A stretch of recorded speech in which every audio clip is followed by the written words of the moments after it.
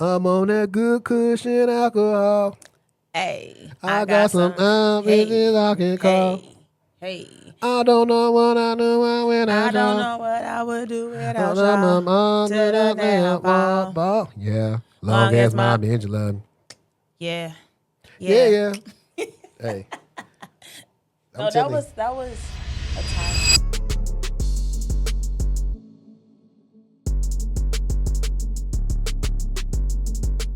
All right. We are back, and we are in studio. I was gonna say in the office.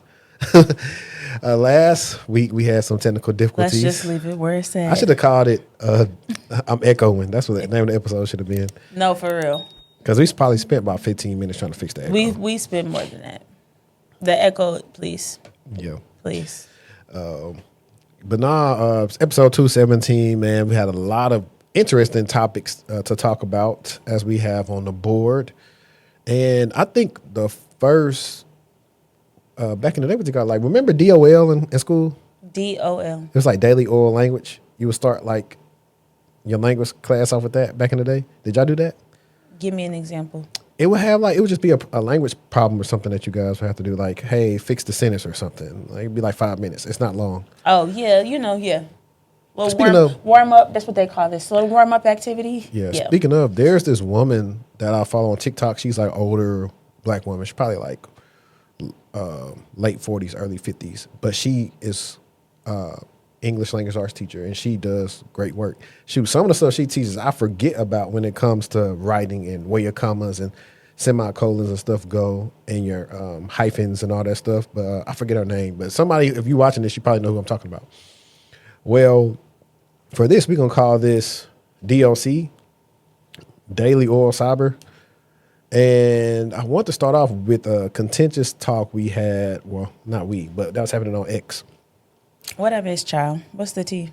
So it spawned from a tweet Bees made where she was telling people that essentially it's basically like starting off in your career, the Security Plus will do more for you than CISSP. And then Why are we mad at that? because people don't understand things at I'm all. sick of people. What's the word where a whole bunch of people is it called dogpiling? Yeah. I'm over it. Yeah. I'm over it. I'm sick of people dogpiling on her. Literally. Yeah, but on top of that, and then she went on to just to say, hey, like, yeah, CISSP with no experience means nothing. And so one of the things that I actually did, and let me see, I'm going to try to pull my tweet up and put it right here. But I was talking about, yeah, because you can actually get the CISSP without actually having official like security jobs. If you got experience in some of the domains, you can sit and pass the test. And then if you get somebody endorse you, you can get your CISSP. So I know people that don't really have experience with the CISSP. Let me see, where is it? Because everybody was coming on this thing all day, and I was like, bro, y'all trying to argue with me for what? And it's not that nobody's saying it's not important, but early in your career, please focus on some experience and some projects to get you in the door. Well, here we go. I got my thing right here. Let me go to the screen share screen on here. Windows capture. All right, so I pretty much told everybody. Now that I have some downtime, y'all got mad when B said getting a CISSP without experience won't get you anywhere. Then I told you that you can get a CISSP without security experience. In screenshots below, you will see a person who was a teacher recently has her like CISSP and CISM, but she can't find a role. And I was told everybody everything's cropped out because I'm not trying to poke fun at her, but show y'all that if you listen to the tech vets versus always want to be right, you can learn something. So on here, you'll see that she has the CISSP, the CISM, cybersecurity analyst, and she has her master's of science, cybersecurity, and information assurance from WGU. And so one of the posts that I went to show, like some stuff she said, after years of building a security and compliance background alongside a full-time teaching career, I'm actually looking to make the transition into cybersecurity full-time, and I love help from my network. I hold the CISSP, the CISM, the GSEC, and CompTIA Security Plus, and CISA. First of all, this is a bad sentence. You was a teacher and you wrote the sentence. And CompTIA Security Plus, CISA, and Pentest Plus certifications. I recently completed my master's in science and cybersecurity and information assurance through WGU. My applied coursework includes authoring a system security plan, tracking POAMs under NIST SP 853, and hands-on vulnerability scanning with Tenable, Nessus, Qualys, and Burp Suite.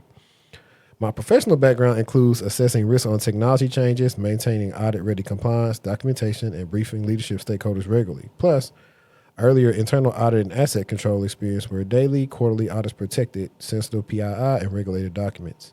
I'm targeting GRC analysts, compliance analysts, and cyber risk analyst roles, and I'm especially interested in companies and government contractors, either remote or in the Hampton Roads area. If you know of any opening, a hiring manager I should talk to, or you're open to a quick 15-minute conversation about your team's work, I genuinely appreciate it. Happy to return the favor for anyone in my network, even though I don't really advocate for that. And I also showed that she completed these like last year. Now, people saying, well, according to the post, she got experience. I'm like, that stuff is not in her job. First of all, the exposure that she has is all over the place.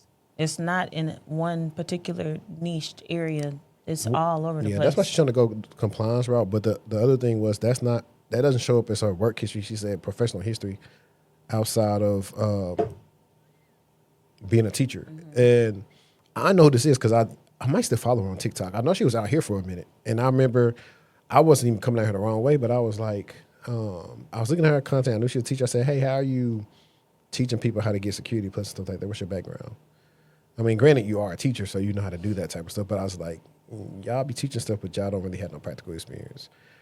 And I'm validated, not trying to be funny, I'm validated by the fact that it's having a hard time because I just think that's too many certifications that's what for I just a master's. No, and they're all over the place. In pen testing, CISSP, CISM, Security Plus, I can't remember what up, like, and then she done vulnerability scanning, CISSP Plus. It's a lot going on there. Yeah. So one guy in the comments said, it's also how they're branding themselves. In my opinion, if I'm looking at a candidate that has a CSSP, I don't care about the applied coursework. What value can they bring to the business?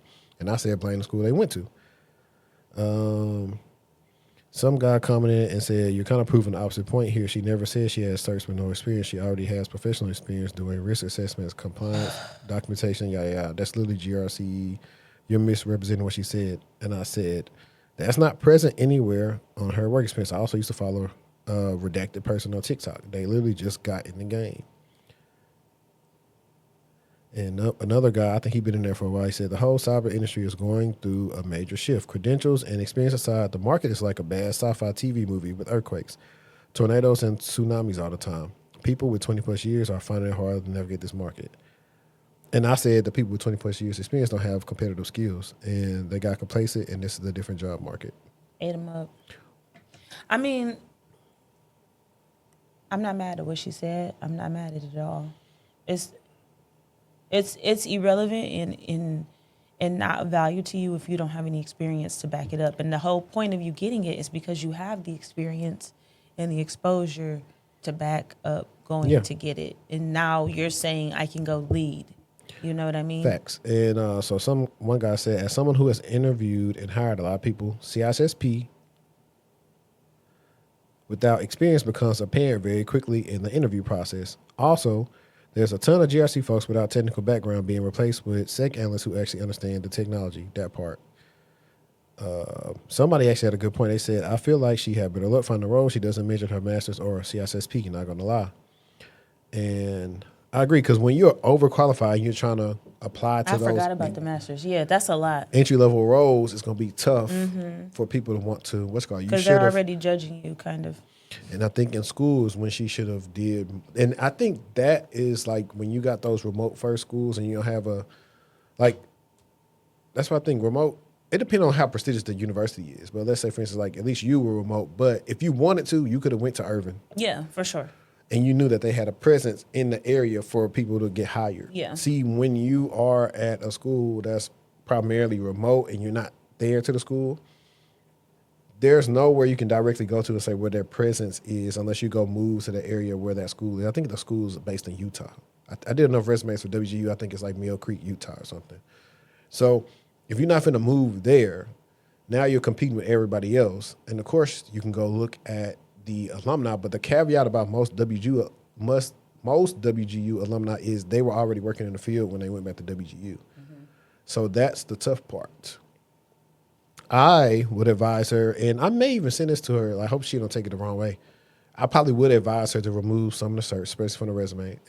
I would too. You need to be very specific about which roles you are applying because it's a lot. Yeah, I would say remove some of the certs. Remove. You can try CISSA without the plus, masters too if you want CISSA to. plus, security plus, system. It's great. too many. It's too many. I think with her vulnerability management, she should keep CISSA on there, and she should keep the CISM. I mean, that's fine. Wait, what is information security? Yeah, that one? that's fine. I would tell her remove CYSA. You can keep Security Plus, but remove Pentest Plus, CISA Plus. They are not related. So it's taking your resume all different ways. Like that's why it doesn't really make sense to mention it because it don't really matter. So yeah, it's just a lot of stuff. But this was just a way to actually like just show people like I get it. Like there is a different game, but getting a lot of certs with no experience, no internship doesn't usually work the best because at least if you did get an internship, you can say, hey, I worked at an enterprise before and I did X, Y, Z. This is the things I ran into. When you don't and it's not listed on your page, it's hard for us to say, yeah, you're telling me that, but I don't see it anywhere. That's what I tell everybody when it comes to like, they'll do their technical skills on the resume and they got all these cool tools on here, but when I get to their job experience, it's not there. So I'm like, you can't just put these buzzwords on your resume. Because when they ask you questions about them, scenario-based or problem-based. Before you even get to the interview, if they not listening nowhere else, you get axed out. Yeah. Because like you just found one popular, threw it in there, and you have no proof of concept.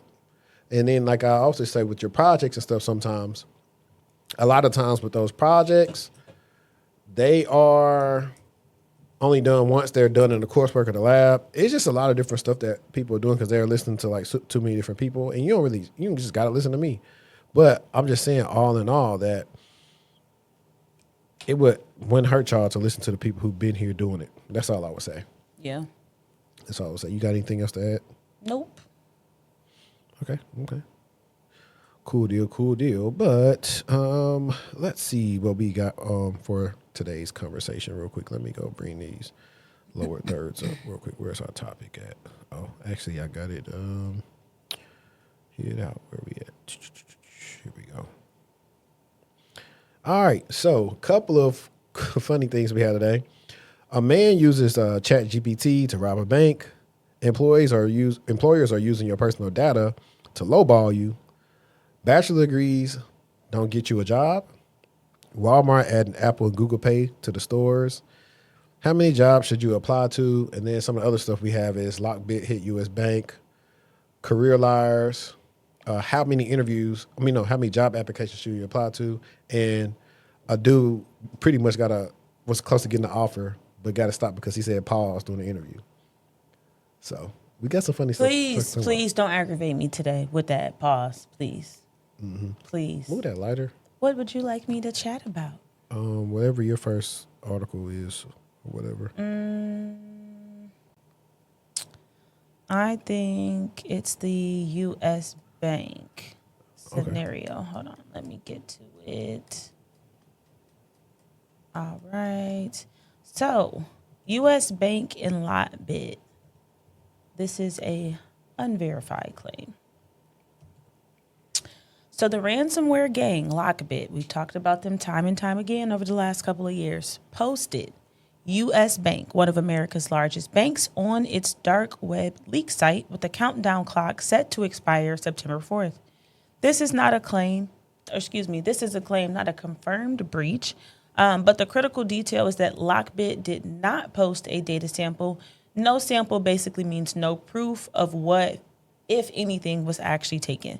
Ransomware crews use countdown clocks as basically like a pressure tactic. Pay us before this clock hits 0, or we're going to leak the data is kind of how they approach it. So sometimes that data is real. Sometimes the claim is inflated or recycled. We don't know yet in this scenario, but what we can report is that U.S. Bank is reportedly aware of the claim and investigating. And a little background, LockBit was one of the biggest ransomware gangs in the world until law enforcement seized its infrastructure back in February of 2024. It resurfaced in September 2025 with a new version. So the responsible takeaway here is treat this as alleged. If you bank with U.S. Bank, this is a good moment to do some of the basics. Choose a strong password, turn on MFA, take a look at your statements because nothing is completely confirmed here.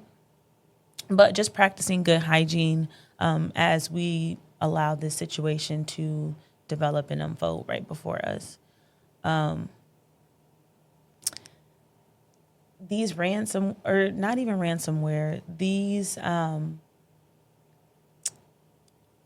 gangs, I will call them gangs. These gangs really be ganging, and I wish we should do like an episode where we kind of, not a bunch, but we kind of like break them down and we talk about it in a way folks can relate to it, because we know what gangs are, you know what I mean, and they're no different in the tech community. They gonna rep they set by doing specific things to let you know, like, yeah, that's our signature. And I think that it'll be interesting just to kind of see how this unfolds. Is it actually confirmed? How will U.S. Bank approach this situation? You know, so this will be interesting. Yeah. So to be totally honest here, it's a couple of things. There was a incident we covered. I can't remember when it was. Some years back. I remember this episode we did with Kenneth, and it was ransomware group acting like they hit one of the U.S. agencies, but they really didn't. They just were clout chasing. I'm familiar with stuff like this. Hang on a second. All right, so I'm familiar with stuff like this, and one, you got to make sure, is this person actually a part of LockBit? Two, U.S. Bank is doing the right thing. Yeah, trust but verify. Let's see what you really got. Let's call your bluff. Exactly. For example, third-party and fourth-party vendor risks create massive reputational headaches for banks, even when their primary networks remain completely secure. So them just saying this is now like the inbox is flooded. Like, hey, what's happening? They saying that this happened to y'all. Like, y'all got proof, or can y'all show us this? It's the publicity. It's the publicity of the whole situation. Like they named this in the headlines, regardless. Just like that's why we're having a conversation about it now, which is unfortunate. It's just like you said, clout chasing. Yeah, so they're banking on them not doing their due diligence and just wanting to pay them just because they said that. But do you know how many? I wonder. I don't know, but I wonder how many leaders are led by, the fear of it. Some are, but that's why you have to hire competent technical people, because that's so how they they can tell prey you, on you. hey, this is normal, my guy. Like, don't worry about it too much. So that's happening. So right now, I can bet you U.S. Bank has just been researching and validating these claims the whole entire week or whenever this article came out. But if your SOC team is tight, and especially if you have some dope, curious folks that work in your organization, and that's the beauty of hiring people that are different. Everybody can't be the most passionate person on the team, or the most technical, or the most curious. Like, that's why it's important to have a great team of balance. Yeah, because you can have somebody like, well, we ain't never seen this before. Yeah, no doubt. But even like from that aspect, right? Even outside of SOC, it'll take, like, right now, all the teams are engaged pretty much. They're probably just doing everything or using some of their containers. And for people who don't know, if you're familiar with anything when it comes to being in the legal world, you watch any shows, most people have a lawyer on container for situations. When it comes to businesses, I can't wait to go to law school. like you have, like, it's a lot of different things, right? Honestly, one of the jobs I want to do probably before I get out of corporate, I low key want to like be a negotiator for like ransomware and stuff like that. I'm trying to get in the field. I'm trying to be like, actually the policy is invalid because you did not meet these requirements. Because a lot of people will go get insurance and don't realize that it's a mutual relationship. You can't just go get insurance and be like, cool. Just like here, you couldn't go get your plates renewed without getting your car inspected. Your car has to meet certain requirements to pass that inspection to renew your vehicle. And it's the same. Yeah. It's the same caveat with cyber insurance. You can't just go get $1 million policy and think, oh, we ain't got to do nothing, we good. That's not how it works. But even for all this stuff is, of course, like you said, it's written in the policy. Legal is going over it. And so Either legal will make the call or somebody in the big boss will make the call like, hey, call our retainer because we got stakeholders and we want to make sure we do our due diligence. We believe that you guys are proficient and sufficient as a team, but based on the claims and this and that, and so in case we got to do a future 8K filing. I know a guy that I can introduce you to who does this for a living. Yeah. So that's typically the process. So everybody has some of these IR like factions at big companies as retainers because they're external and they're just going over the stuff that you could have been biased to or you missed. So you'll be seeing this. Anybody who's been working in IR, they're familiar with stuff like this, and yeah, it's pretty normal. They probably are bluffing. Like if you if you really got some, show us. It's similar to when we talk about the sextortion stuff. Post it. No, don't post it. Post it. No. Yeah, you might blow me up. Why not? No. Why not? So also, guys, so funny enough, and I saw this when I was on, I think the Black Tech group, IT group. And let's watch this. Let me see. It was only 24 seconds. But let's see what Buddy did. Give me a second, y'all. This Omaha man will serve a decade in prison for a bank robbery that he planned using AI. A federal judge sentenced Ron Lewis Payne for the robbery at the I-13 bank in February. Payne pointed a gun at tellers and threatened to kill them. He stole about $9,000 and was later seen shopping at Westroads Mall. Lewis Payne will serve 5 years of supervised release once he gets out of prison. Wait, what state? I3 Bank. I don't know what that is. Let's see what it said in the article. He was 23. I3 Bank near 156 and Spalding Street. This is from Omaha. Oh, Nebraska. Duh. Terrence Crawford and them people. But why would you go to jail for $9,000? He don't aggravate me. For that long, he got like a year for each $1,000 he got. 9,000 is crazy. Also, you didn't need AI if you want to know how you was gonna go rob a bank. You could have just watched the movie for that. You're not getting it. It's not clocking to you. It's not clocking to you that I'm standing on business, is it? That's how he was. That's how he told the people he went in there. It's like, bro, but this one, bro, you got $9,000. You got to realize these banks don't all have that much cash on them at one time. He didn't even go to a major bank. Because he thought he was like, he hit a little bank. Like, you could have hit a check cashing spot and did better than that. I think that this is a great example on using technology not for good. And the fact that they was able to get his phone and uncover that he was researching these things leading up to this incident. And also, he got more time for brandishing the gun than he did for actually committing the crime. Also, be aware that as y'all do... I'm going to kill y'all for $9,000. Be aware that as y'all do more and more stupid stuff, it just builds into all these different LLMs that, hey, if somebody is doing stuff based on this, they got your location in the browser, send this to the authorities. And at some point, it will 1,000% happen. Like, I'm sure if you're looking up CP or anything of that sort, that's going to happen. Just because, first of all, it's being routed through your ISP, and then it's going, there. But, yeah. And I'm surprised it wasn't caught through the ISP. Because, I mean, I guess with AI, you can be like, this is hypothetical. Mm-hmm. Allegedly. This is allegedly. You know what I mean? You can play those games and tiptoe around it. Yeah, for sure. 23-year-old. Crazy. And you know what? We didn't even introduce ourselves today. I am CyberShortieee, guys. And I'm CyberShortieee. And I'm HD, high definition. Man, please. One of the jokes they used to say that back in school was like HD. No, They've been calling you that for that long? Wow. HD, HDeasy. Did they call you Deezy? Only certain people call me Deezy. Like E will call me Deezy, but everybody don't call me that. But like everybody had a period of time when they was going through an easy in their name. Somebody tried to call me Deezy. That's real masculine. It's don't not think gonna happen. so. It's not. It's a no for me. I might start calling you Deezy. You're not gonna call me that. We could be Deezy together. No, we can't. And then get Destiny. Everybody could be Deezy. Deezy is crazy. Or Ooh. or What if y'all started a pod and it was like, don't call me Deezy? don't, or like Dollar. They call you D-Dollar? Dollar? No, I'm just. Oh, Dame Dollar. That's the only D Dollar I Dollar? know. Or dang, I can't think of nothing right now besides Deezy. That's the only thing I can think of. Right. Since that was a short one. You know the funniest thing I heard about What?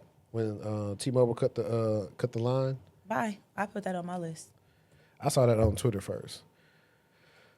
I saw it last night first because I ain't even been Hey. online like that. Dog, them doing that reminds me of like when the people be trying to get my grandma to like, hey, let me get control of your computer, and she be unplugging it from the internet. No, literally. No, like seriously. Like we just, you know what? Shut the whole operation down. Right, Shut so it down. I ain't mad at him. This though. was a brief one, but I thought it was pretty interesting.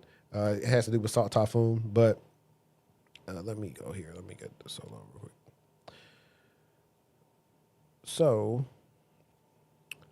T-Mobile security team physically chopped the cable with scissors to expel Chinese state hackers. Report surfaced detailing the incident response maneuver executed by. I'm sorry. What you thinking about? What they actually did? Yes. Hold on. You good? Where we at? It's executed by T-Mobile cybersecurity team to neutralize espionage activity tied to Salt Typhoon, a sophisticated Chinese state-backed threat group that infiltrated major U.S. telecommunication networks, while competitors like AT&T and Verizon suffered extensive breaches involving government wiretap access and call logs. T-Mobile's chief security, Jeb Simon, authorized a physical response. Security staff drove to a data center near Bellevue, Washington, and physically cut an incoming network cable using a pair of scissors. Man, when I tell you we cannot make this up, and I love that we like actually have friends that are in tech because this is outlandish. Like literally got in a Tesla, drove to the data center, and cut the cable. But look, Cut the cable Hey. at the data center. talk about containment. The attack mechanics. Salt Typhoon threat actors were exploiting interconnected routing trust relationships between major telecom providers to move laterally across networks. After months of hunting, T-Mobile identified malicious traffic entering its infrastructure from a router owned by a third-party peer carrier. So that's the key caveat. It wasn't they stuff. It was a third party. They was like, hey, we don't need y'all anyway because y'all should have been doing y'all due diligence and y'all getting us hit. Because that's how most of this happened. They didn't hit the big people initially. They went to beat up their cousins and got access to the environment. Rather than waiting on vendor patch cycles, multi-company meetings, or complex software firewall rules that the state-backed hackers could potentially bypass, T-Mobile opted for a physical severed connection. The move completely cut off the Chinese hackers' lateral entry route. The team even framed the severed cable as a trophy at their Bellevue headquarters. I thought that was funny. That's like something you'll see on the show. But that's dope though, because as an employee starting the company, like, and you know, you get that tour, you get hyped up to work here. That's a dope thing to see. Right, for sure. Now, That's funny. what's the other one you posted? Me? Mm-hmm. I have one that talks about. Hold on. And it really ain't got to be something you posted. It could just be something that's interesting to you. Oh, you know the one at Walmart and Sam's Club, the tap to pay. Okay. So Walmart and Sam's Club finally go tap to pay. So starting August 24th, Walmart and Sam's Club are rolling out tap to pay, Apple Pay, Google Pay, contactless cards, smartwatches, the whole deal. Select stores, obviously first, all U.S. locations by the end of 2026, fuel stations by mid-2027. If you're wondering if, Walmart didn't already take Apple Pay? No. If you have never experienced going into Walmart, getting a cart full of groceries, and having to leave the groceries because you came to the store with Apple Pay and vibes, I'm just sorry. It was a time to be alive. But for over a decade, they have pushed their own QR code system, Walmart Pay, to keep all that payment data in-house. They even backed a failed anti-Apple project called Currency back in the 2010s. So this isn't just a convenience update. It's actually Walmart giving up a data fight that's been going on for years. Now, I honestly love tap to pay. It's more secure if you know, than actually swiping your card physically. But when you tap, your phone uses something called tokenization. It sends a one-time scrambled stand-in number instead of your real card number. So even if a bad actor happens to intercept it, they get a useless token, not your actual account. So when you swipe the magnetic stripe on your card, that's actually providing them your card data. And that's obviously the easiest thing in the world to kind of skim. But Walmart's official wording carefully avoided naming Apple, but a spokesperson confirmed to multiple outlets that both Apple Pay and Google Pay are included. So again, August 24th and nationwide by the end of 2026, fuel stations by mid-2027. For me, that was a thing. Literally, me and my mom went to Walmart 2 times yesterday, and I tried to tap both times I was at Walmart. And I was like, oh, my God. And I lost my wallet, so I got all type of cards and stuff loose in my purse, and it's just a hassle. Bring tap to Walmart. Thank you kindly. You should insert that clip where it go, they got the Hennessy. What You need is to that? answer that. You ain't seen that video of that girl? Yes, you have. With that bang. And she was real hyped because her friends had got some Hennessy. She was like, they got the Hennessy. Yes, you have. I'm going to send it to you. Only thing I think of when I think about women like that is like, if such and such place ain't safe to go to, where can we go? Oh, if we can't go to Bella Noches, Yeah. then where can we go? That's all I'm thinking about right now. Have you ever been at Walmart with a cart full of groceries and left? Yes. How many times? More than I can count. More than 5 times. Only one for me because I hate Walmart. More than 5 times for me. And it doesn't always be a cart full. It might be that I just forgot that I was just running somewhere real quick to the gas station and I just was like, oh, let me go to Walmart too. No. For me, it was just, I think I had forgot my car and I was like, but I was so hot. I just left it there. Man, you literally just, Oh, I'm not no. coming back. This is what happened. Are you- I tried to use the Walmart app and it wouldn't let me update the card. I've actually tried to do that before too because I didn't have a car with me. I called my wife and was like, can you, and it, a mess. Walmart, come on, please. I get what they were trying to do, but I get what they were were trying to do, but it's a larger inconvenience for the larger population. Let me see if we have, dang it. One of the ones I missed I used to have was when Randy Jackson used to say, it's going to be a no for me, dog. Man. But to shift gears and have a little fun Let's go. as they like to Is say. it Reddit time? No, this is Okay. another one. I think this is another one we can go deep on. I had 3 articles on it to kind of more do like a research style thing on it. However, I'm going to pull it up real quick. It stems from, you see right there, I say how many jobs is enough. So this is going to be a doozy. Y'all know me. Because I'm mad because I was trying to find AB has this, he went viral one time at a press conference because the dude was trying to tell him something. He said, man, set that shop shit up. You got to do, man, set that shit out there up. Like that, he was saying that. So I got us right here, dog. Dang, you can't see this unless I put you in the collab thing. But could you still see it if I sent you the collab thing? No. Okay. Not when you were sharing your screen. Okay. I'll be reading everything because it's definitely pretty interesting. So, guys, I had a little fun back and forth with the guy, and I left it alone. Once I realized he was soft, I just left it alone. Please, please, please. So he says, age of disclosure, I have not had and let me change the thing that I have on here. Age of disclosure, I have not had a full-time job since October 2024.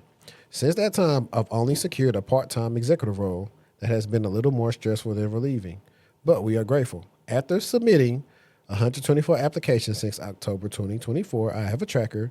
I've received some form of response from 15 organizations, done initial interviews with 10, and made it to the final round for 5, including a part-time opportunity and ghosted by the rest. Now, I didn't even read his whole thing, right?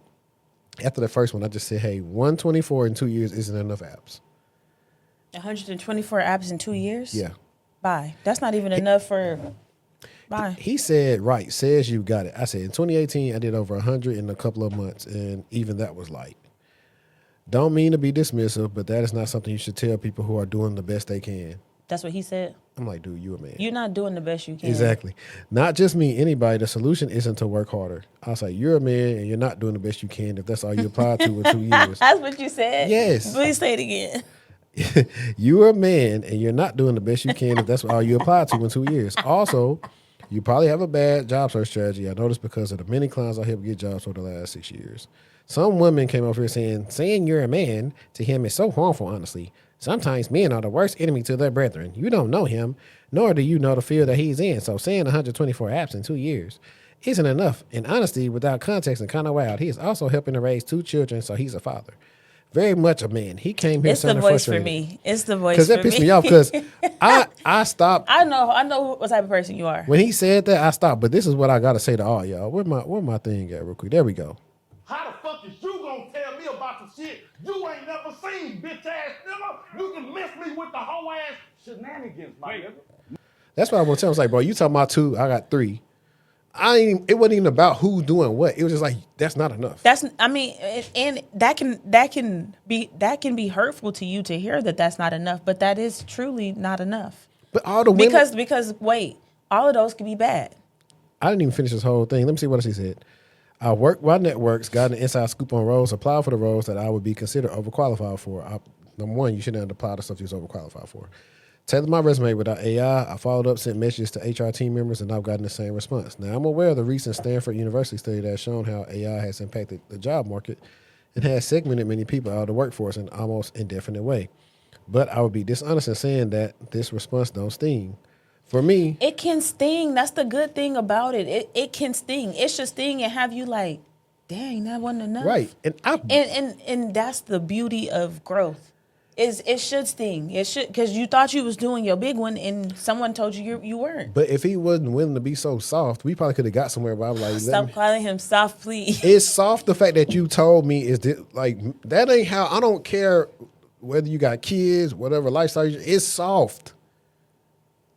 I know women that got clients that's applied for way more jobs than that. In 2 years, Yes, and I mean, people can do 10 or 20 a okay, day. let's just say, okay, he felt like that was a lot.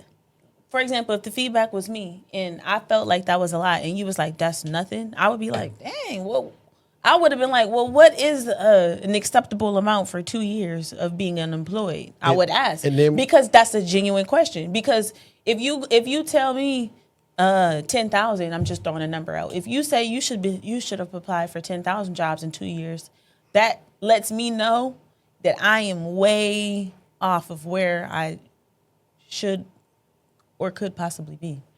yeah. On X though, there was a chick who said she was unemployed for like a couple of years and she applied for like 10,000. I mean, that's a big number, but I'm just saying that's a big difference than. Hang on, look. He said, for me, this is not about value because I know my worth, but living in reality means realizing that if I desire to move deeper into my life as an artist, I need to also be practical, and that's what I've been. As an artist? Yeah. However, the rejections keep reminding me that there's nothing about my life that has been completely reasonable or normal. My life has never been conventional, even when I wanted it to be. I'm going to be honest and say that I have no clue what this means. I just know how this feels. It's confusing, frustrating, also liberating. My experience may be personal, but it isn't unique. It seems many of us are living a similar experience, and we are searching for new meaning, a new life. Here's a woman. I just came to say, please keep your head up. Please Black go. man, I'm Please praying go. for you, Please and not go. just for the job, but mental capacity. Remember who you are, whose you are. Please get away from me with the voice, please. Hey, man. See, this that bull. This nigga said, praying for you, brother. I'm in church right now. Whisper your name to God, and it's a picture of an empty church. I don't want everybody praying for me, number one. That part.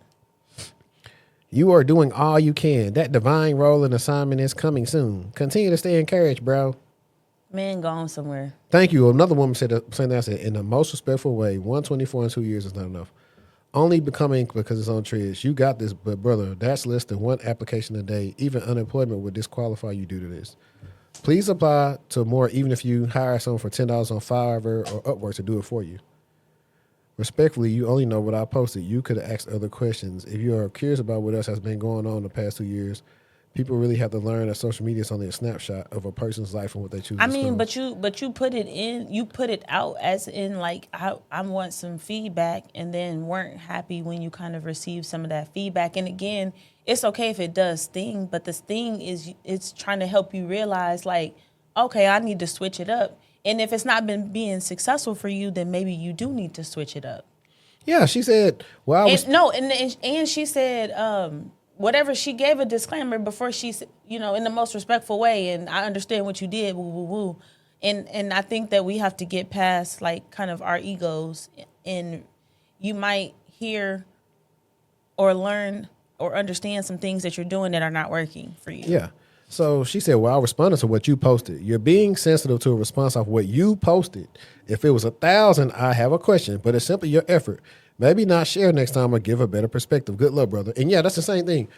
When I made my post, another woman replied to it, and she also said, well, I applied to 1,000. I said, now that's a better number. It looked a little spray and pray-ish, but that's a better number. And the people, like I said, willing to get out their feelings, I can show you some things. Literally. I mean, it's a numbers game. It's a numbers game. That's what it is. It's a numbers game. I deal with so many people who have not got no callbacks, emails, dry, everything.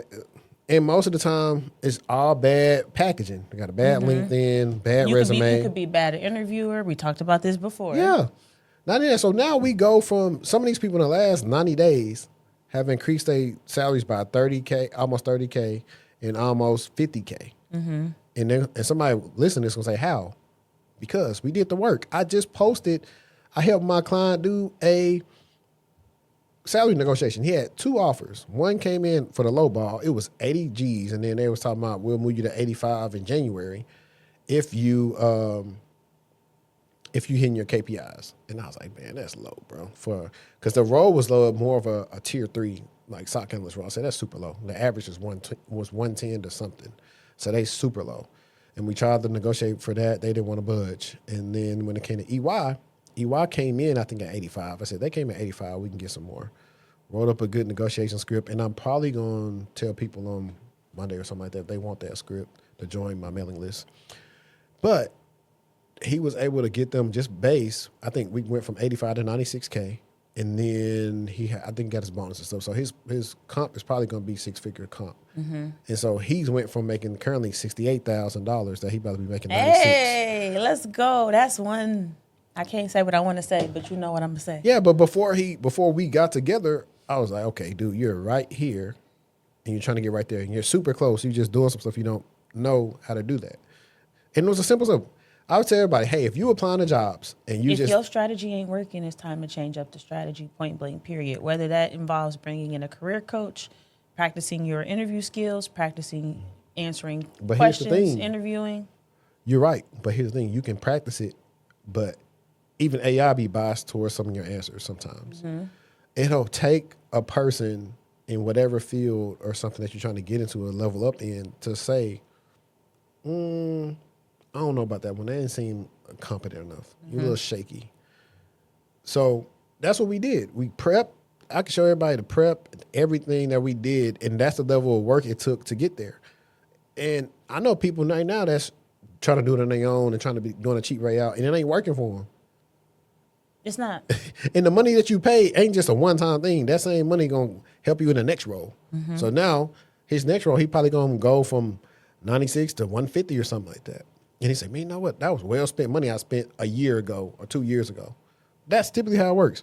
But to get back on topic of things that I actually did. So I had found some articles, and I'm going to just read the tops of them of it. So I did this. This was July 31st, 2026. And it said, how long does it take to find a job after a layoff? And I really want to know, like, how many roles do people apply to? Okay, so this don't have it the way I want to. Let me go here. So 1 in 5 laid off workers submitted over 100 applications before finding a job, says new report. Let me zoom out of here. This shit too. All right. Amidst the challenging job market, a new report from Zeti found that American workers are struggling to land new jobs. A career resume platform surveyed almost 1,000 Americans who have experienced a layoff in the past 2 years. According to the report, 53% of laid off workers submitted more than 50 applications before landing a new role, and 1 in 5 submitted over 100. Additionally, over 30% of laid off workers were unemployed for over 90 days before securing a new job, even though 76% of them began the job search less than a month after being laid off. Now, let's see where we at.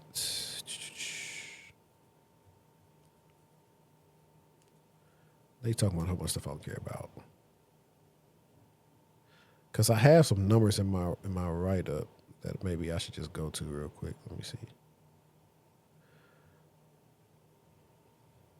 Let me do this. So, yeah. Reemployment timelines and the current economic landscapes demonstrate a marked divergence between central tendencies. Bureau of Labor Statistics data cited by Career Minds demonstrated that the median duration of unemployment stands 11.6 weeks. So that's 3 months, whereas the mean stretches to 26 weeks. And so that's cool now.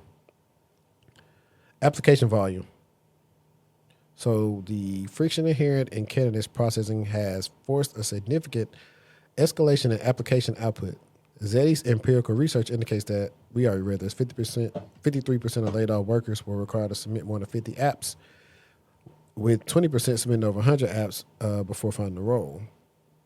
And so we got a good chart right here. Less than 25 applications, 19% of candidates. 25 to 50, 28%. 51 to 100, 33%. Greater than 150 applications, 4%. As Resume World highlights, typical candidates yield offer letters within the baseline range of 100 to 200 total submitted applications over the life cycle of their search. The conversion funnel narrows drastically. Corporate roles regularly attract hundreds of applicants while screening only 6 to 10 candidates for initial interviews. So, yeah, they got some search strategies on here for people where, like, hey, if you do 10 or 15 a week, so 10 to 15, so we're going to say at the most he did 10 apps a week. It's what, 52 weeks, right? That'll be 520 apps. I mean, a lot of applications, all applications don't have to be a lengthy process. Some of them can be easy submit, easy apply. But you kind of want to watch out for them joints because sometimes it was an article. I don't know if I read it. I'm just saying to add to the number. No. I'm going to get with you. But some of them I found out, like, if you do LinkedIn Easy Apply, it's removing stuff from your resume and stuff and pushing you down. And it's not working the way it should as if you would have applied on the site.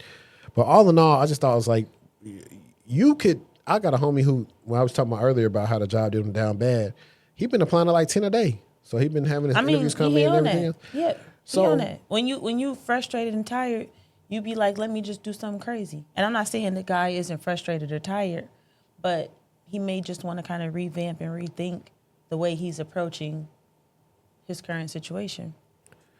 Yeah, no, I agree. I agree with that. And like I said, in all actuality, like, he could have just asked. Like, when I was doing my 100, they were still somewhat targeted. I wouldn't just apply to any everything.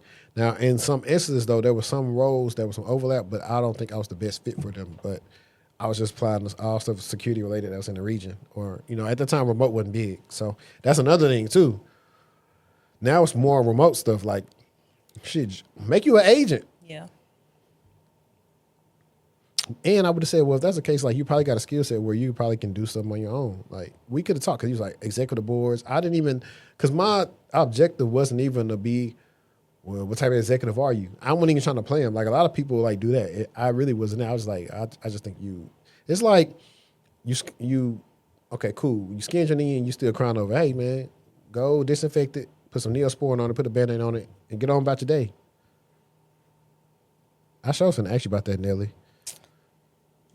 I'm childish. Walmart, dirty grocery cart, slit me. You said dirty grocery cart. Dirty. I've been down and like slit my arm. Crazy. Yeah. Crazy. So, let me see. If you want to read some of my next ones, because what else? I don't think you really added anything else, but I got some other stuff on there that's pretty interesting. I have a degrees versus job. It's called the underemployment.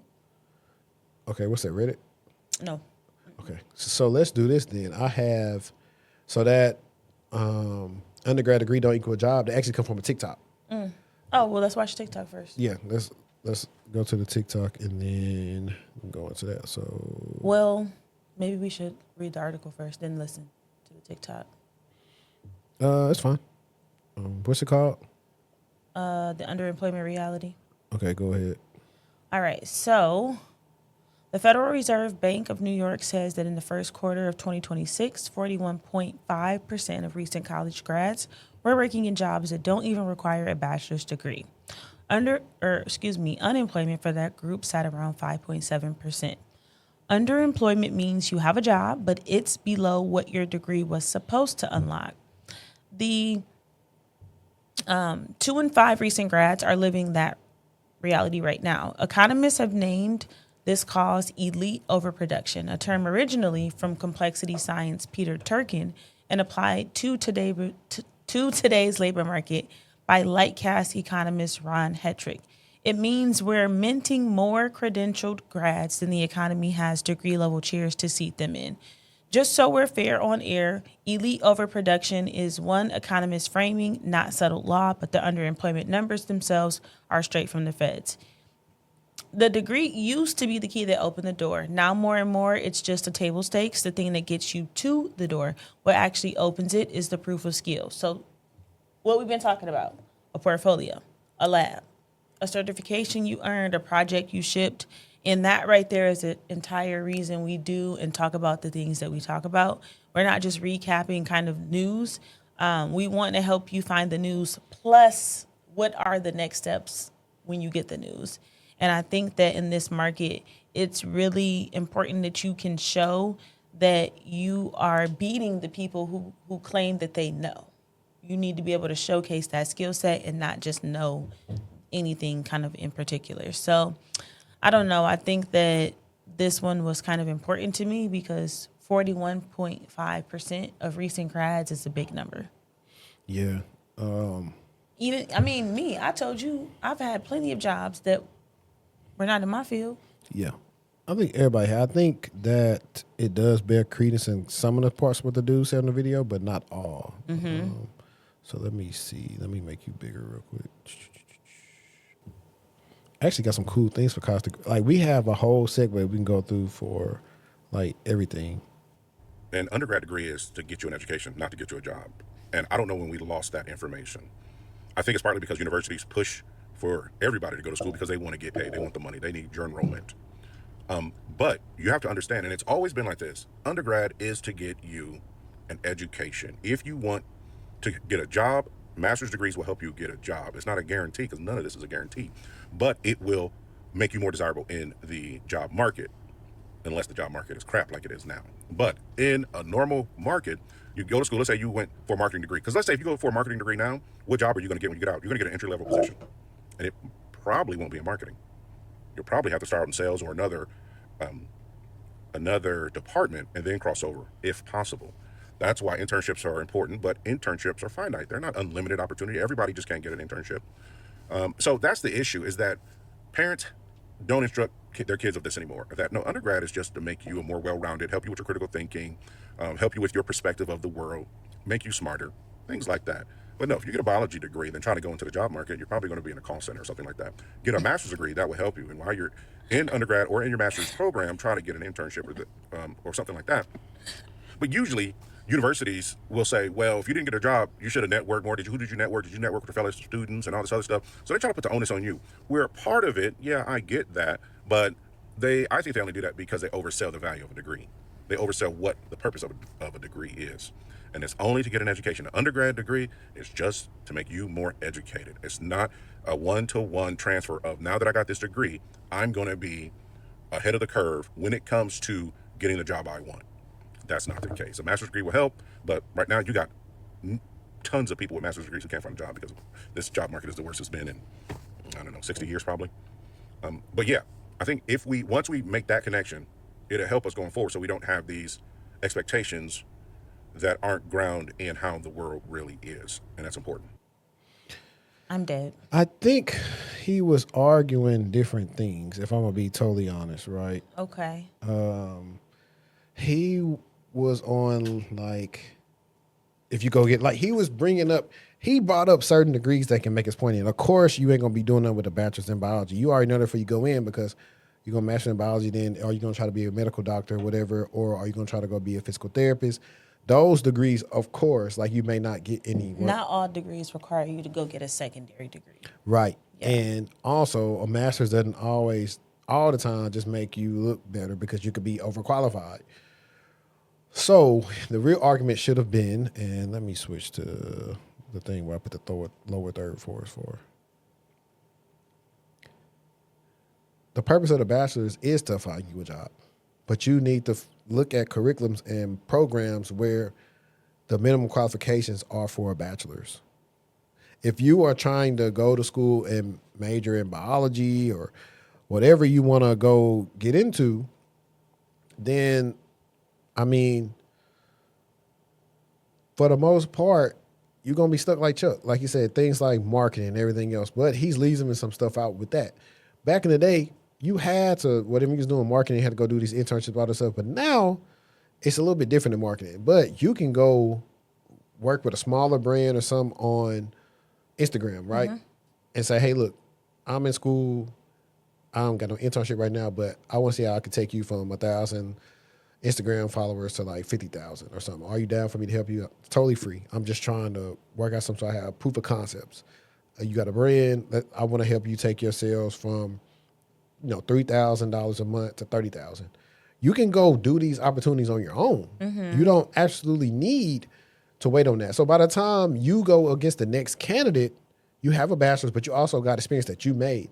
So I don't think he was arguing in good faith. I really don't think his argument was the best. He should have said those certain degrees, like bachelor's in certain professions, will not get you a job. It was just for you to be educated. I think that's what he should have said, because it's not all the same. Because I think I understand where he was trying to go with it, and I think some of it kind of became a little bit overgeneralized, but I do think I was able to understand what he meant, and I don't necessarily disagree with him, because we talked about this too.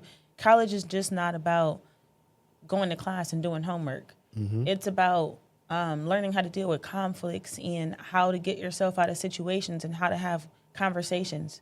We talked about financial aid. Like, that's a big piece of your college experience, is learning how to maneuver through financial aid issues, because 9 times out of 10, you're going to experience at least one. Yeah, no. I mean, not that that's what college is about, but I'm just saying that's something, if you never are made, bye. That's just my screen. I'm so dumb. The whole time I've been trying to figure out what this extra thing is. I'm looking at your thing, and it's my screen. I'm an idiot. But he was, like I said, he was cherry picking the majors, because, hey, go ask somebody in engineering, did they not be able to get a job with their bachelor's degree? Go ask a nurse. No, that's what I said. Yeah.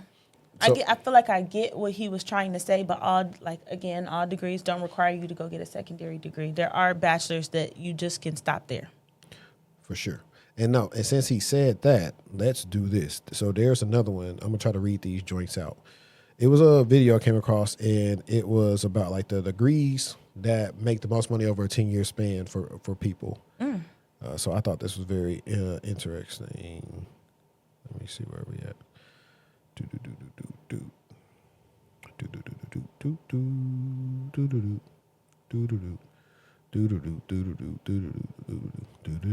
Inspector Gadget. Oh my gosh. What? That was such a good movie. You never watched this cartoon? I did, but I liked the movie a lot. I liked the movie like years ago. Like when Goosebumps, or not. Where am I going? I don't know. Maybe back to Cali? What's the movie with the slime? Goosebumps? In the basement. No, it's not scary. Slime in the basement. Flubber? Yeah. You a real movie watcher. That's why you my dog. You knew exactly what I was talking about. I was literally, I don't know why Inspector got, because they came out, I feel like around the same time. I think Flubber might have came out. It was probably first. You talking about Robin Williams? Yeah. Flubber. Yeah, Flubber. Oh, that was so cool. And it's a unique movie. It is. They don't know about this type of stuff. Let's see what we got. It says college degrees, 10-year added earnings. And guess what's at the very top, but what's like right under it? What? All things in computers. These are the college degrees that have gotten the best return on investment. And this list will probably make you cringe when anybody says that they don't like math, because engineers and people that like math are making the most money. I mean, look at this. Electrical engineering, computer engineering, chemical engineering, general engineering. Or if engineering wasn't really your thing, then finance and economics, those two things will take care of you too. But I do want to point out, nursing is right here. Nursing is actually one of the sleeper careers that lead to real wealth in America. I made a different video about that. You should go check it out. Now to some of the degrees with the lowest return on investment. And look. Is that Charles? Nah. Get these beggars out of here. But look, he has natural sciences, biology. They're much lower. Start here with social work. We've also got biology down here because we know somebody that majored in biology with the intent of going to med school, but somehow the med school dream didn't work out. And it's the same story for the people that we know that wanted to go to law school. So they majored in things like philosophy or history or English. And boy, oh boy, if that LSAT didn't work out for them, well, here they are. And as sobering as it might be, young people need this information. They need to know where the money's at so they don't go wasting money getting a degree that's not going to help them in the future. Because if these young people go get degrees in things that they love, right, but just don't pay very well, then they're setting their future selves up for a lot of frustration. But let me know what you think, because how do people in the lower ROI section recover later in life? If you like these sorts of discussions, like and follow for more. Oh my do sound God. like Charles. That literally sounded like him. I didn't even see the video. Eight down.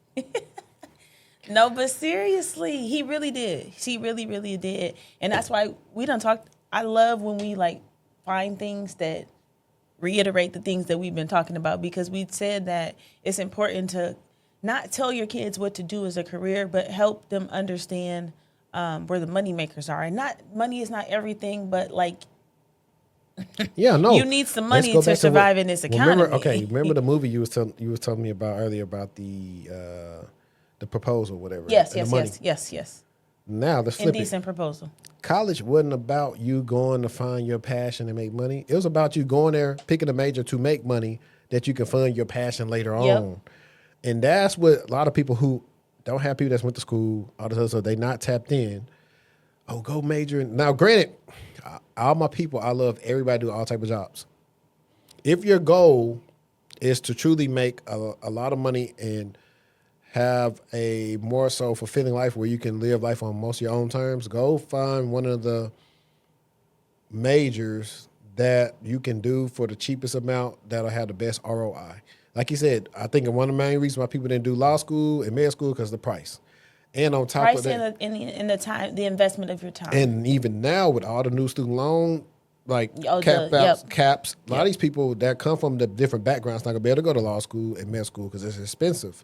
So unless your parents been putting away money for you for the last 18 years for you to go to med school or whatever you want to do in college, it ain't gonna happen. Oh my gosh, I didn't even think about that, making your traditional time spent in school much longer because there's a financial cap on what you can receive. I didn't think about that when we were talking about it. Yeah, so if you go, when you think about that, there's that aspect of it. I've said this and people got mad at me on Facebook. Go where you can go make some money early on. Like for me, I want to be an architect. I'm not skilled at drawing. I know I'm skilled at drafting. Really? Like designing stuff? Yeah, like stuff like this, like the outsides, right there. Mm-hmm. And then also I got to tell people too, interior designers hate when y'all confuse them for interior decorators. They're not the same. They are not the same at all. I got a friend that's an interior designer. They go to the same school that the architects go to. They just focus more about the specs on the inside. They design like, I want to say, I got to double check. I think one of my friends of mine designed she designed some, or it was another chick that I knew. They designed the 7-Eleven sock or something like that. And a lot of the stuff that they go through, because I talked to one about doing my closet. It's learning how to use different softwares too. Yeah. In addition to that, but then they got other stuff in it, measurements. Yeah.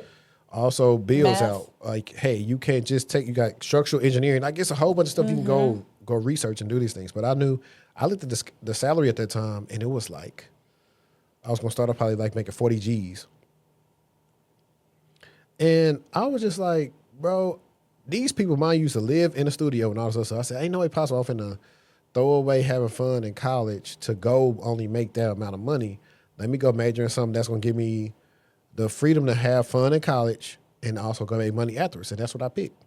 And it's happened to be something that I liked. But if it wasn't something I really liked, I would do this long enough so I could figure out how I could do that. Like right now, who knows how much, like I've already been in, next year be like 13 years. Maybe I make it a 20. And then after the 20, maybe I'm doing this. Mm-hmm. Maybe I know one of the things I was telling somebody about, I want to start my own consulting thing because I want to give people a shot on working on stuff that they don't normally get shot for. So there's different things that your interests change as you get older. And that's just like why it's so hard for them people to tell an 18-year-old what to do for the rest of their life. Man, it's really hard. It's really, really, really hard. It's actually unfortunate, and it's a lot of pressure that we're putting on folks because I'm one person at 18. I was in college like, yeah, I'm going to be a doctor. And then in the back of my mind, I was like, I don't really know how I'm finna do that for real. It sounded good. It sounded like you was going to give me a little bit more respect and take me serious. But in action and in behavior and in passing the classes and the coursework, two completely different things. Yeah, 100%. And so I would say, look at those majors we just showed. If you have kids that will be in college soon or maybe in 2 years, start planning now. Start figuring out if they are going to do something that's not going to make a lot of money, you need to make sure how they go to school for the least amount of money. And so like my mom said to me the other day that my sister actually benefited getting some grants and some more scholarships. So she may not have to pay nothing at all, might not even have to use no loans. And she was already doing dual enrollment from like a freshman. So right now she's like even though it's her first year on campus, I think credit-wise, I think she's close to a junior. And that's how my sister was when she started too. Right. She did dual enrollment. So I think she'll have to get a master's, but we have, I think, some people in the family that she can go do internships with and work and all the other stuff. So like the real goal is if we take a step back and look at this from 100,000 feet, community. 1,000%. If you have people like my uncle has these, they're not halfway houses. They're like houses for addicts. I think it's called the Resilient House or whatever. But he employs like a lot of the family. Like they work there. Some people went to school and they got certain degrees and they do so. So he putting on for the fam. When you do stuff like that, you can actually help kids who are in college. So you get you a job. Like normally work study gonna pay you like $7.25, maybe $8. Now, if you got stuff like this and you're billing insurance and everything else, you can pay kids like $25 an hour, $30 an hour while they're in school. Mm-hmm. That's a lot when you're in school. That's a lot when you're out of school. That's what some people raising their kids on. Exactly. You know that? Yeah. But I'm just saying, like, that's the stuff that people need to look into. If you really want everybody to go do all these different majors, the foundation and the infrastructure need to be set where everybody can thrive, because it ain't nothing worse than getting out of school and having to suffer because you don't have any connects. Nobody you directly knows this. You don't have a top tier law firm you can go intern at. All these different things, that's what people are not thinking about. Like, I'll take it a step further. I was 18 at the time. I think my cousins were like 19. Somebody introduced us to Primerica. And my uncle that I'm telling you that got all the stuff going on. Is that the insurance people? Like where you can, they want you to come sell it? Mm-hmm. Yeah, I feel like I sat in for a little finesse conversation too. He told my cousin Jordan, and he said, "Hey man, you gotta know people to do stuff like that. Who you know trying to buy insurance? You're 19, but that ain't what you thinking about. You go into the meeting, yeah, all these people millionaires and making all this money. You are 18. You're not even. All you want to do is make money. So the math ain't mathing, but it don't make sense to you. But you're like, oh shoot, I'm gonna just do this, and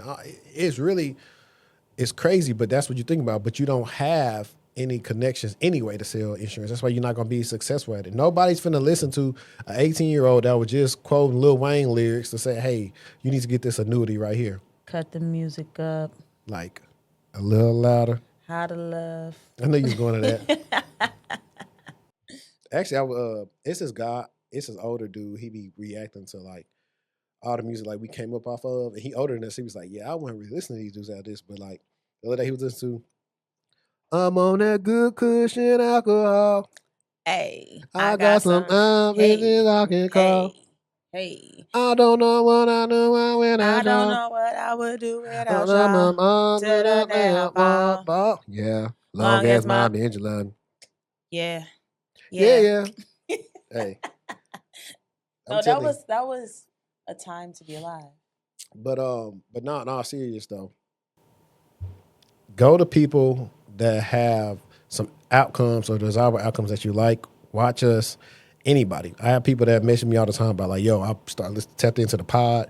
I got out of the military and I got a job because y'all helped change my perspective. Same. So that's all we're really here to do. That's we love that, guys. We love that. That's what we're that's here the to goal. Do. So if you differ or don't believe what we're talking about, let us know in the comments. How you feel about that? That's what we're here for 1,000%. We here for that. I think I want to start off with that. I think that, I mean, just like you said, we get hit up and contacted, and this means something to folks. Mm-hmm. So we doing what we came out here to do. Right. You want to talk about the CareCloud data breach? I can. So, AWS one? No, I think so. It's CareCloud. No, it's a different one. Nobody got it. CareCloud confirms 3.7 million patients had medical records stolen. Health tech company CareCloud just confirmed that hackers stole the records of more than 3.75 million people. This makes it the 5th largest health data breach in the U.S. so far this year. CareCloud is a company most patients have never heard of, but it stores electronic medical records for tens of thousands of healthcare providers, hospitals, doctor offices, and practices. So you never signed up with CareCloud. Your doctor did, and that's how your data ended up in a breach you didn't even know you were part of. What got this taking a lot of heavy heat associated with it? There were names, addresses, social security numbers, medical and health information, plus passports, driver's license, and banking details. Now, from our last segment, we talked a little bit more about pulling data out of the different accounts that are available to you. So this is kind of a similar thing. Now, one reporting note, and we always keep it honest here, is that the 3.75 million figure was never revised upward this week. And so we don't really know whether it climbs higher. So kind of treat this as confirmed so far and not necessarily being a final number.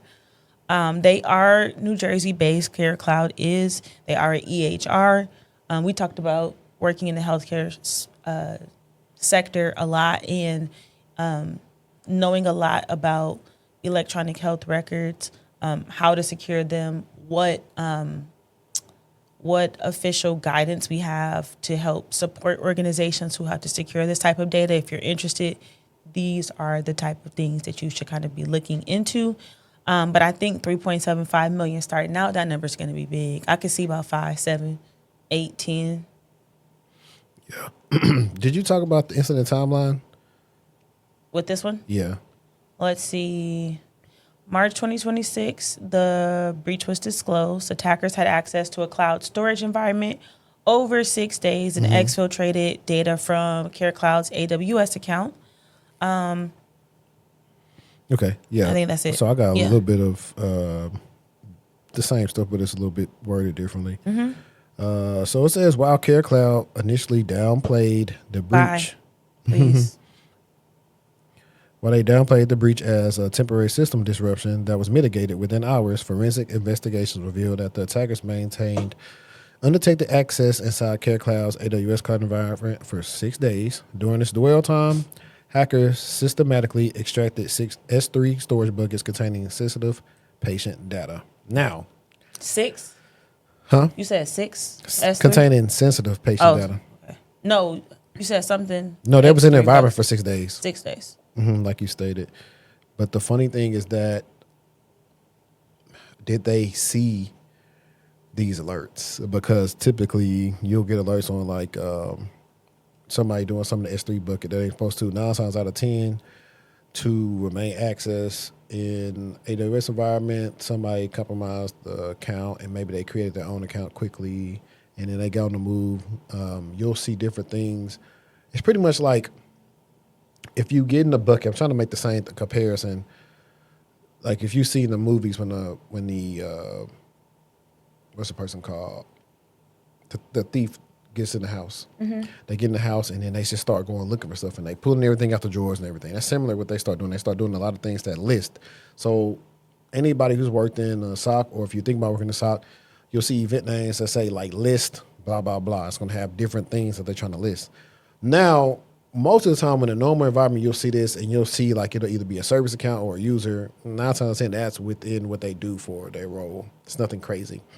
When it's a user you don't recognize and then you see the list actions go into different event actions that lead to data leaving the environment, that's when it's like, hold on, what happened? So the fact that they didn't detect this for 6 full days means that they do not have good detection rules.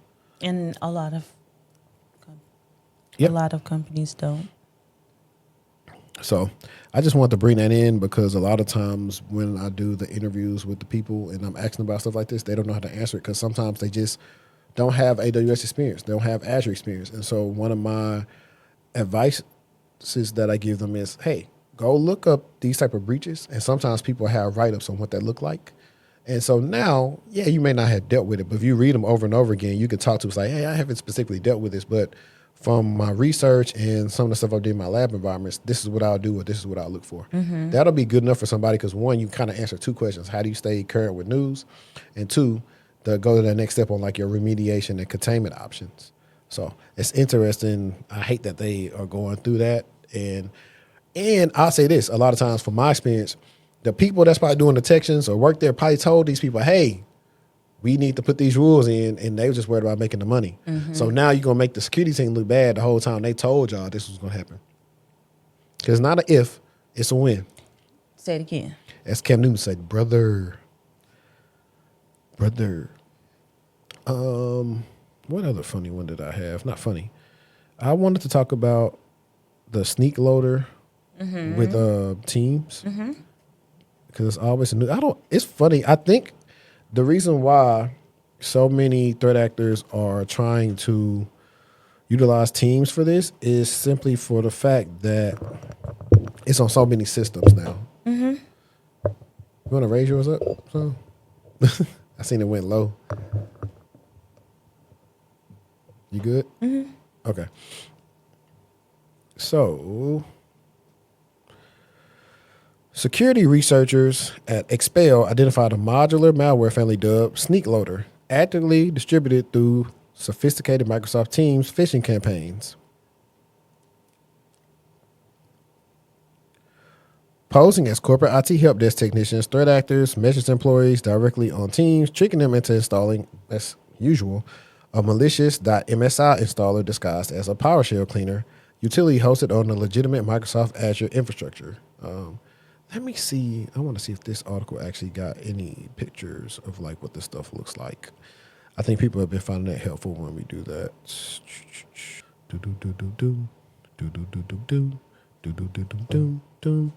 What did you want from my nigga? But no, so this is what is this? That's a Python script. It's ss.py. So the installer extracts a PowerShell script cleaner.ps1 in a zip archive containing the Python framework of malicious Python script, precompiled Python libraries, and several fake Microsoft runtime DLLs. So Snykloader was named as such because of his unusual combination of Python, PowerShell, C#, and C++, blending up 3 program languages in a single module. So Expel identified the following Snykloader modules after setting up a honeypot pinging the attacker C2, posing as a legitimate victim. So System Profiler collects the hostname, username, privilege level, running processes, services, domain details, and number of computers in Active Directory.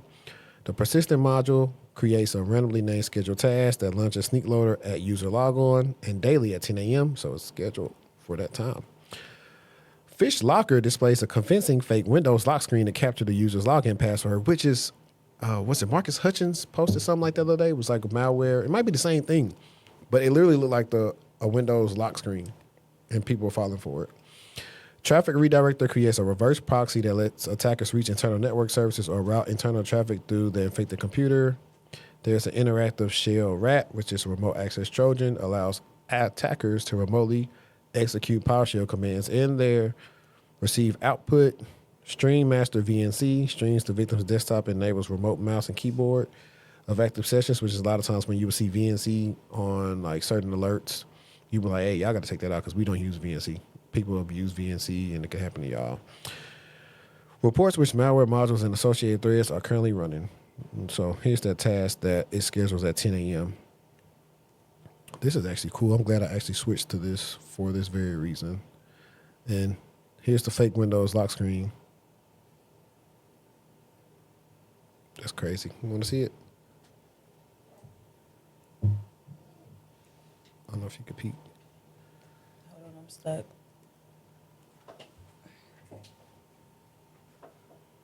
Oh, that's it. Mm-hmm.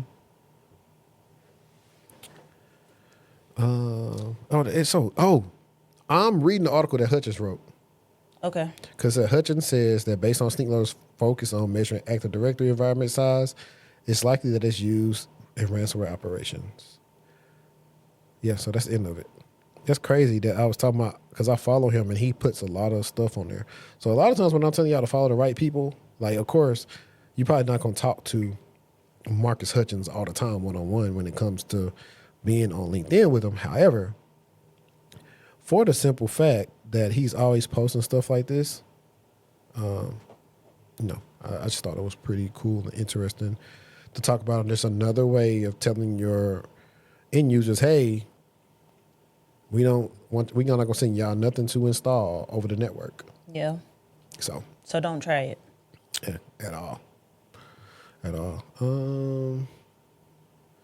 I feel like it was, the employers using the work surveillance to figure out what the lowest salary you take. You want me to do that? Yeah, you can do it. The work number, your salary is a product. This one's a good one. So there's a very good chance your salary history is being sold right now through a company you've never heard of called The Work Number. The Work Number is run by Equifax. Yes, that Equifax. Your employer feeds your income and employment data into it, usually straight from payroll, often without you ever really noticing. By Equifax's own published figures, the database holds more than 823 million records from nearly 5 million employers. Lenders, landlords, and background checkers pay to pull your info. Now, the concern that privacy advocates are raising is the interpretation. If a prospective employer can see what you currently make, that can quietly set the ceiling on what they offer you. It's hard to negotiate from a number they already know. The verified fact is that the data exists and gets sold. The used to lowball you, quote unquote, piece is the critique. And obviously that's going to be a real concern. But if we think about the empowering part, you can freeze it just like a credit freeze. You can request the employment data report and lock the file so it isn't handed out, knowing this is obviously going to be a step in allowing you to actually freeze that information. But the work number, again, it is the Equifax Workforce Solution, formerly known as TAUX. Equifax acquired them in 2007. They are a consumer reporting agency under the FCRA. Hold on. They aggregate employment and income data from employers, payroll processors, and they sell it to verifiers. 823 million records from 5 million employers, 58 million after hours verifications in 2025. You can request a free employment data report and freeze your file, period. Salary key equals a one-time code you generate to authorize a specific disclosure. Dang, so they got your credit tied You never up? used the They work got number? No. So there's been times where I've had background checks where I had to And go they have verify to. I work somewhere. Mm-hmm. So I had to go on my work number and go pull something that I could post. I didn't know or that was a whatever. thing. Yeah, because sometimes if you don't have it, then they'll say, well, give us a pay stub or a W-2 or something. Oh, from the... Yeah, so that's the alternative. If you were trying to prove you work somewhere and you didn't want them to have access, then you could do all that. You just got to redact personal information when you send it to the people. And I actually had my friend he recently did the other way because he has his work number frozen. Most people who are OE, overemployed, they freeze their work number for that very reason. So people can't just be snooping and seeing what they got going on. So it's an easy process. It's still, to me, I don't care what you seen I made. Whatever I made at this last job don't have nothing to do. Don't have nothing to do with you. Don't got nothing to do with you at this new job. I just want to say that for the people because of this could be a reason why you see some salary so low. Like I have a client and she was like, yeah, I'm not going to go through with whatever role it was. She was like, let me see what she said. Because they always be full of it when it comes to Kindle. Okay. She was like, I had my recruiter screening with blank company. I think I'm going to pass on it. The JD salary range was $97,000 to $184,000. The recruiter says only those in New York City and Seattle qualify for that tier. Everyone else is $97,000 through $161K. But they want to hire someone at the midpoint of 132. So they had a salary to grow into in the role. She was like, utter BS. I was like, I agree. And she was like, Flock, the same thing happened when she was interviewing Flock. She's like, Flock wanted me to have the same sort of compensation, $135K, which is why I now say they for sure didn't hire me because they wanted to keep it low. These companies are either banking on people being desperate to accept anything or they don't care if you have multiple jobs because there's no way they're requiring so much experience but paying so low. I said, I think it's a bit of both. Yeah. Yeah. So I think it's a bit of both. But yeah, man, don't let them get you. Like, even to go back into the negotiation thing, right? Like I said, I've been doing this for 6 years, and I read the studies, like all these different things. Like for example, like women would always complain about, hey, we getting paid less than men, which I was like, I agree, but some of that was on the women because sometimes they would be scared to negotiate.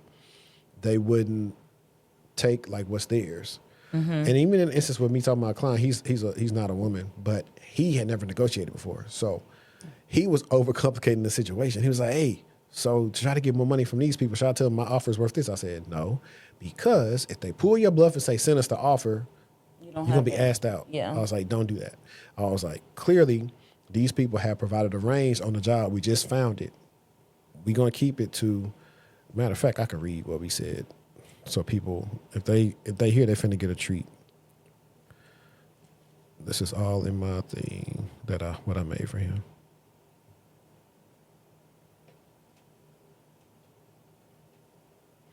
So, hello, Blank. Thank you for the offer and the time you and the team have invested throughout this process. I've enjoyed every conversation, and I'm genuinely excited about the possibility of contributing as the senior security analyst on the Blank team. Given the scope of the role, since it was upgraded to the senior level, current market data for the position and the salary range outlined in the job description, I was hoping for a salary in the range of $100,000 to $110,000. I'm confident we can find a compensation package that works for both sides and would be happy to discuss further. And they just came back and they gave him 96 from 85. So I was like, they expect you to negotiate. That's what I told them the whole time. I'm getting him to not shoot a 7 first. They expect you to negotiate. And imagine if you wouldn't have. Yeah. How long it would have taken you naturally to get to that progression period. Exactly. And that's why I tell people you got to get your money in the beginning. Yeah, because no if you facts. stay there, Yeah. it's going to be 3%, 5%. Like I've only been at one company where my manager was looking down and was giving me like 8% raises included with like cost of living adjustments. I'm not seeing that since. I've gotten 5%. I ain't seen 5% in a while either. Yeah. So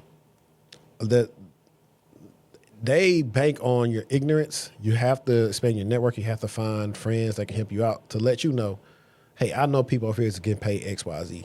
If they finna try to do you like this, it's gonna go one or two ways. You can take the job, but you ain't gonna stay long. So, and these people know that.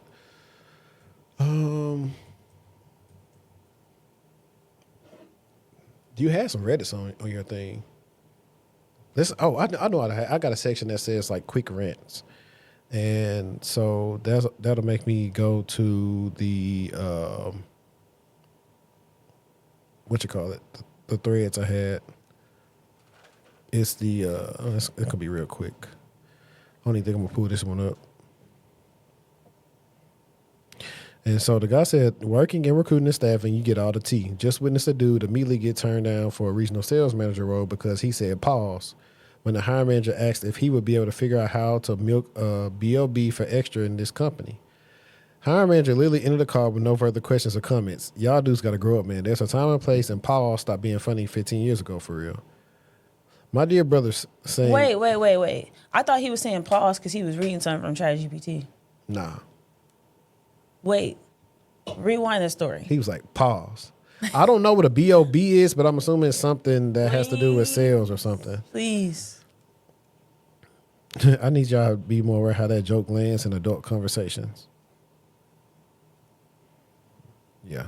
And there was another guy that had a job. He got a job, then he got it rescinded because he couldn't pass the drug test. But at the same time, the state he lives in is legal. That's not a reason for you not to pass the drug test. Well, I don't know why people tested for marijuana. It wasn't because it was some hard drug. I had a director tell me, say, hey, I don't care what drugs you do when you're in here, as long as you're getting your job done. So really only industries they do that's like really more so the healthcare field. That's like the healthcare, and then I think a media company I work for, they had me do a drug test. Why? I don't know, but I don't smoke anyway, so I don't have nothing to worry about that. But even then, just going there with that fake pee, you just got to make sure it's warm enough. If it ain't stay warm, then I'm it gonna work. screaming. For real, I know a homie that used that plenty of times and passed the drug test with the fake pee. You never used the fake pee? No. You can get a pregnant woman pee too, I think. But it's going to show up as the hormone say, congratulations, you pregnant. I'm screaming.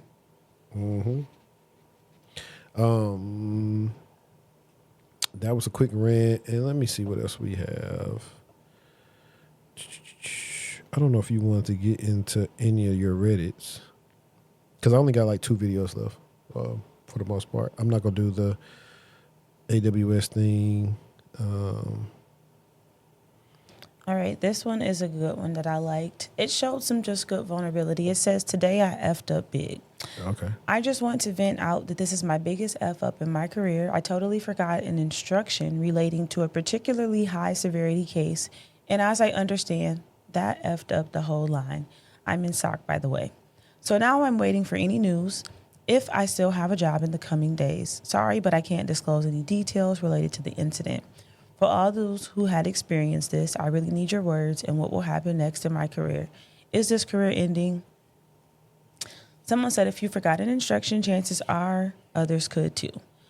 What would you add to your existing process to ensure that neither you nor others would forget? Do you have the opportunity to suggest something? Someone else said, guy who works for me screwed up the path on his sudo RM and deleted the entire user section of our fax processing server. Made a stressful hour or so while we restored from a backup that had not been tested in too long. No big deal though, happens. He was absolutely mortified and will most definitely be more careful in the future.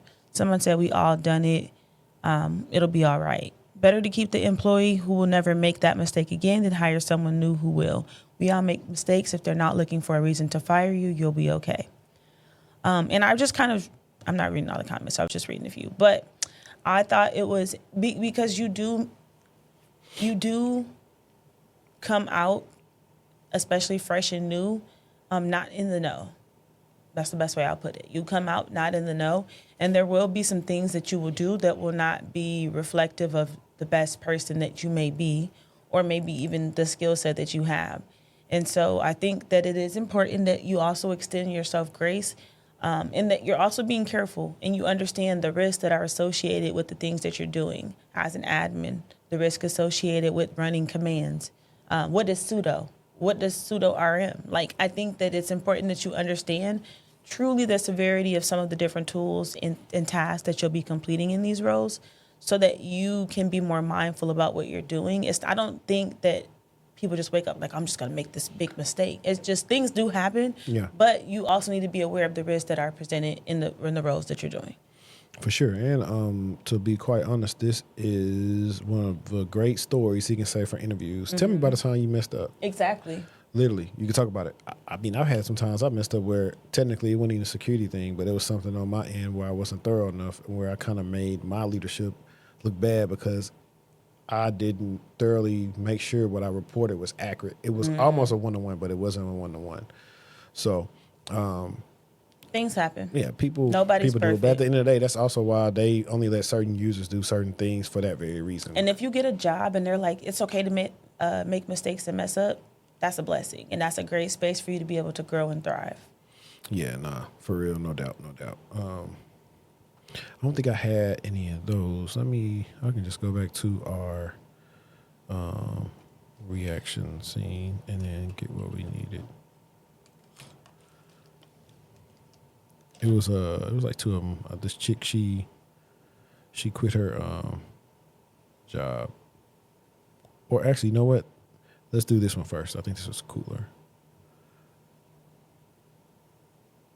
In corporate, your manager telling you you're doing great means almost nothing.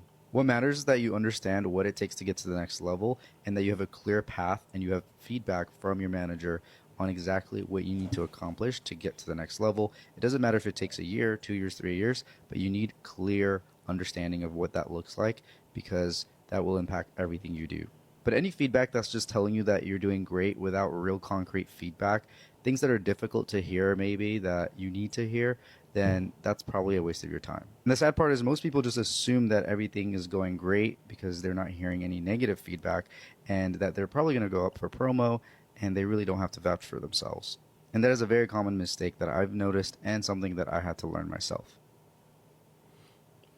I agree. I agree as well. It's up to you to. I had a manager who always told me I was doing good, and I was like, well, what is good about me doing good? Like, what do you see that I can't see that I don't know? Seriously, like, help me understand. What was it?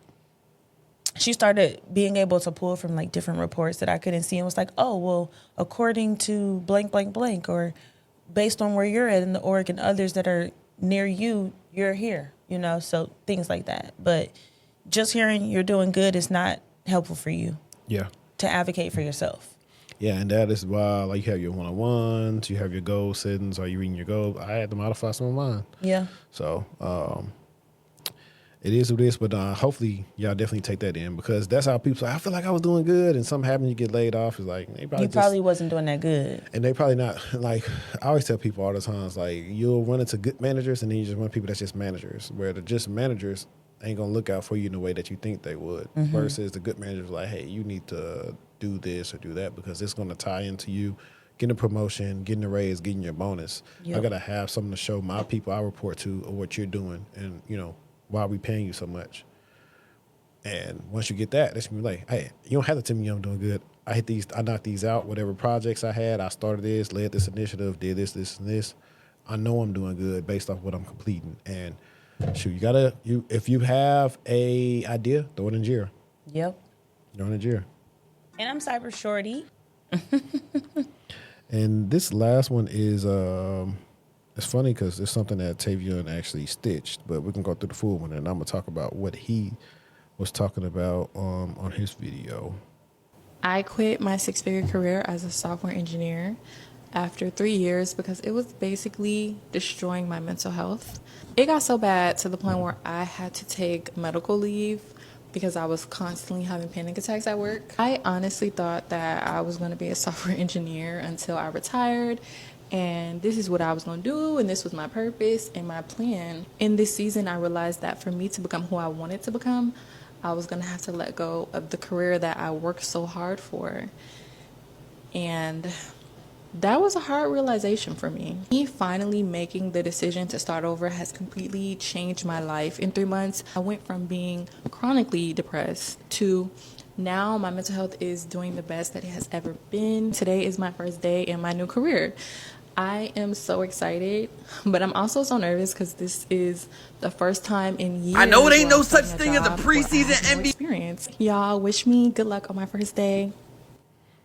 Okay, so to let everybody know, she actually went ahead and pivoted into doing GRC, but Tavion actually had an even brilliant take on this because this is one of the rock stars that I've worked with in my career. So let me download his real quick because I never knew he was going through this. And so I'm the type of person, if I know you're going through something like this, I'll be the first one to tell you, bro, you're a genius. They hating. Like, I don't even know, just telling you what you want to hear type stuff. So let me bring his up because it was definitely, I think it ties into some of her things because he commented on her video, was like, man, whole time You probably just had a bad manager. Quit my six-figure career as a software engineer after 3 years because it was A little career advice that I wish I had when I was dealing with something similar. Back in like 2019, 2020, I was working at this company as a senior security engineer. This was actually my first time working as a senior security engineer, but a lot of the work that I was doing wasn't necessarily senior. It was like mid-level, but that's the title that I got. And at that company, I had like 3 or 4 different managers. We had like 2 or 3 different directors. Like it was like a revolving door at that company. And you can only imagine when you have that many people coming and going, how disruptive things can be, how personalities can be different, and how people just have different outlooks or different solutions for different problems. Well, the manager I ended up with was probably the worst manager I've ever had in my life. Like I've never in my life had imposter syndrome the way how my interactions with him made me feel. Like it got to the point where I actually left the cybersecurity industry, left the tech industry about 7 to 8 months. I was kind of doing stuff on my own. I was kind of working on my business, I was doing all those type of things because it had me thinking that, damn, I'm really not good enough in this career or in this field. And I'm not going to try to play the race card or anything like that, but I was the youngest person on that team with the highest title, and I was the only black person on that team. Again, not going to play that card, but just want to give you all the facts. And so it had got to the point where I just kind of rage quit. I was like, you know what, hey guys, put my 2 weeks notice. Actually, it wasn't a 2 weeks notice in. I was like, hey, I quit. This is my last day. Boom, boom, I left. A few months down the road, 8 months down, I joined another company, and it was the best experience I've had in my life. I learned so much. I was able to kind of shop my ideas around. It was just a way better experience. And look, 5 years down the road, I'm now a staff level engineer. I create strategic initiative across the entire InfoSec organizations. I just have so much more autonomy over what I'm able to do now. And it was all because I was able to leave that company and get under a manager that actually cares. So 9 out of 10, if you are dealing with mental health within a certain company or things like that, more than likely it's your manager. So find your manager, find your company that you can feel relaxed at, and you'll have the best experience ever. Yeah, that was his thing. And I'm telling you, he's one of the ones. He's up there with a Dayspring. He's one of the ones. So like, and I heard that, and I actually said this to Bryson. I was like, that's a problem. Like he's like that. Like he immediately left. Like me and him worked together at 2 companies. I met him at McAfee when he was an intern, and he worked with me at Opta for a little bit. And then he left Opta with the booze, started consulting, and he started doing some other stuff. Like he's worked for some big name companies. And so when he was saying that, I was like, yeah, I would have like, man, he tripping. Or I would have said what's going on. Because like, if y'all don't leave this episode with nothing else, this is one. What's my girl name? Her name is Natalie. I cannot think of her last name, but she's in HR, but her name is Natalie. And we did an episode where we was talking about HR. And she was saying the best advice she got in her career was do not tell anybody your problems that can't solve them. So if you going through stuff like this, don't tell these issues to nobody that can't solve them. I tell Marquise this all the time. Like we literally was talking about this, like stuff. I was like, remember? And then he hit me with some good news. Like I remember what you told me, and it worked out. So sometimes your direct manager is probably a hater. No, facts. If you putting in some good work, a hater or scared or walking on eggshells themselves or dislike themselves or don't got a good rep or representation themselves, I'm with them there. Yeah. So sometimes you just have to go with your move and leave. Leave, or if they don't. I'm an advocate for leaving, especially because of bad management, because they are going to dictate your career progression and growth for the most part. They're going to recommend to their manager, and their manager is going to follow what they recommend. So if it's not a good relationship and it can't be fixed, it can't be worked on, it can't be improved, I would hit the road, Jack. Yeah, exactly. And so that's what I thought about that. I think we hit everything. I think by the next time we come back together, we'll be in September, right? Maybe not. I think so, because I know you got some travel plans. Maybe not. Okay. Let me do that to that. But I don't know. It's been out the mud, but in all seriousness, though, guys, thank you for tuning in and helping us out. Like I said, I've been on Threads. We got a video that hit 1,000. I think it hit 1.1 or 1.2 on the new channel. So keep supporting. Thanks for everything. Thanks for rocking with us. And, hopefully we can get to see some of y'all in person one day. But until next time, we out. Peace.